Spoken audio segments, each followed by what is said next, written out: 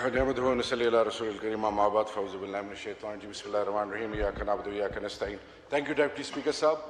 On the behalf of Pakistan Tehreek-e-Insaf, I warmly welcome Minister for Law from our brother country, Azerbaijan. And from the entire opposition, we value our relationship, and let me assure you that every Pakistani value you and your country to the core.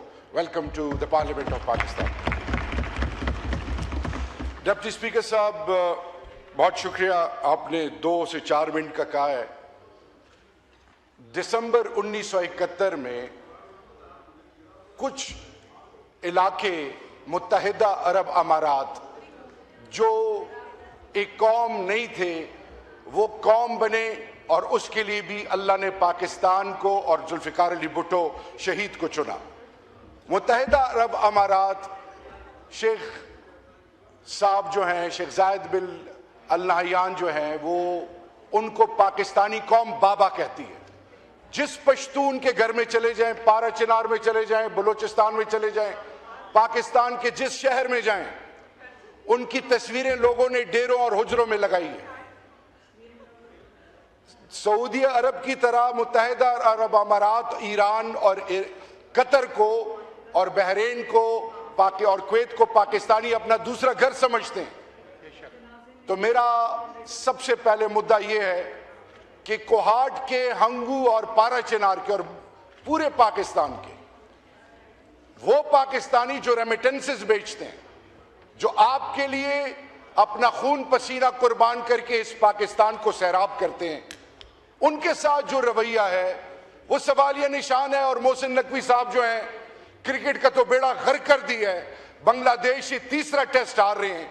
तो मुझे एक चीज की समझ नहीं आ रही कि वो जिम्मेदारी जो उनको दी है, ना वो दहशतगर्दी के हवाले से उनके पास इतना टाइम है कि वो बनू जाएं, ना उनके पास इतना टाइम है कि खैबर पख्तूनख्वा के वो लोग जो पाकिस्तान के लिए जीते और मरते हैं, इसी तरह बलूचिस्तान, वो ग्राउंड पल्स से वाकिफ नहीं है।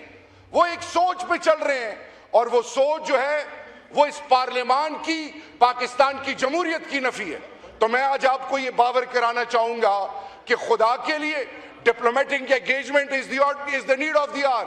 फौरन से पहले यूई के साथ बात की जाए, और शायद कुछ लोग पाकिस्तान और यूई के बीच में कुछ ऐसे मसाइल पैदा करना चाह रहे हो, इसको एड्रेस करें, क्योंकि ये पाकिस्तानी कौम आपकी बुनियाद है, फॉरेन इन्वेस्टमेंट नहीं है।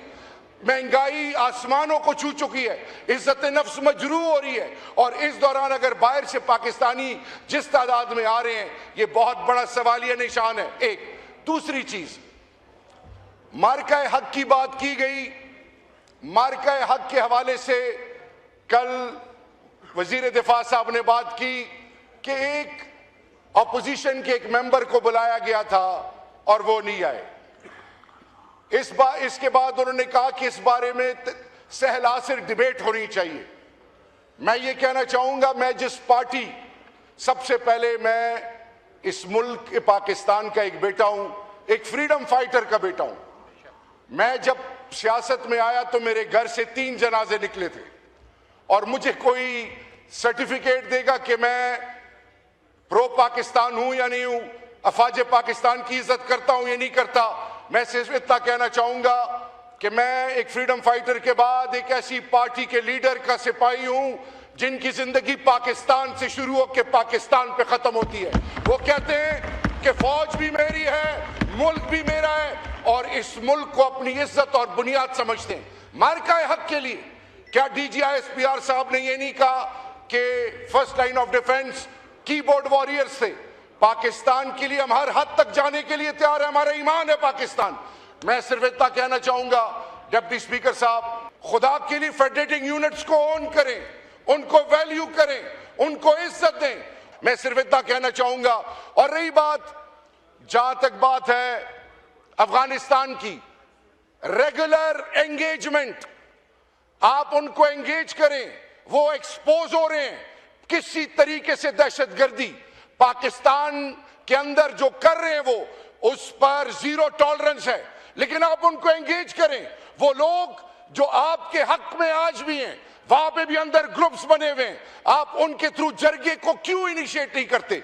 क्यों ड्यूरेंट लाइन के दोनों तरफ जो वो लाइन जो पाकिस्तान और हिंदुस्तान को डिवाइड करती, अफगानिस्तान को, उस पर आप कबायली मशरान को, सूबाई हुकूमत को क्यों ऑन बोर्ड नहीं करते? 2611 किलोमीटर बॉर्डर, आप उनको एंगेज करें। और वक्त की जरूरत क्या है कि जंगें जो हैं वो पाकिस्तान की बुनियादों को खोखला करना है। मैं सिर्फ इतना कहना चाहूंगा, डिसिप्लिन, लॉयल्टी। किसी मिलिट्री एकेडमी में आप चले जाएं, पहली चीज क्या है? फेथ, उसके बाद लॉयल्टी। तो मैं आज आपको ये बताना चाहूंगा कि मैं और हमारी पूरी पार्टी पाकिस्तान की बुनियादों और पाकिस्तान की सरहदों के लिए हर हद तक ले जाने के लिए तैयार हैं। ये इसलिए कहना आज मुझे पड़ रहा है, हम पाकिस्तानी हैं, पाकिस्तान हमारा ईमान है, पाकिस्तान हमारी गैरत है। और जितना दर्द शोहदा को है, चाहे वह आर्म फोर्सेस के हैं, मेरे इलाके के पूरे पाकिस्तान, वो पाकिस्तान के माथे का झूमर है, वो हमारा फख्र, मान और गरूर है, उनकी इज्जत और अजमतों को सलाम है। शुक्रिया। माइक खोलें, पार्टी को पिच करना, इंक्लूडिंग किसी अपनी सियासत में मुकाबला ना करके आप एक पार्टी को पिच कर रहे हैं, ये बदनीयती है। पाकिस्तान जितना पीएमएलएन का है, जितना पीपल्स पार्टी का है, जितना एमक्यूएम का है, जितना जेयूआई का है, एएनपी का है, इतना ही पाकिस्तान तहरीक इंसाफ का भी पाकिस्तान है। आए पाकिस्तान के लिए एक हों, आए पाकिस्तान के तमाम फेडरेटेड यूनिट्स को साथ लेके चलें। आज जो नाराज है उनको गले लगाएं। जनरल जंजुआ का मैं बार बार उनको कोट करता हूं, क्या उन्होंने बलूचिस्तान में एग्जेम्पलरी मेजर्स नहीं लिए? क्या वो लोग जो कि दहशतगर्द बने थे उनको आपने एंगेज किया? उनको शुक्रिया शुक्रिया शुक्रिया। आगे बात आपकी बात आ गई जी। माइक खोले, आखिरी बात। बाकी इदारों में की रोल प्ले कर रहे हैं। आखिर में इतना कहना चाहूंगा कि वो लीडर जो लोगों के दिलों में रहता है, उनकी बीवी और उनको इलाज आप नहीं दे सकते जेन वेलवेल के मुताबिक। 4.5 करोड़ पाकिस्तानी कौम का वो चीफ मिनिस्टर जो कि फेडरेटिंग यूनिट को रिप्रेजेंट कर रहे हैं, हाई कोर्ट उसको इजाजत देती है और आप इसकी तस्लील करते हैं।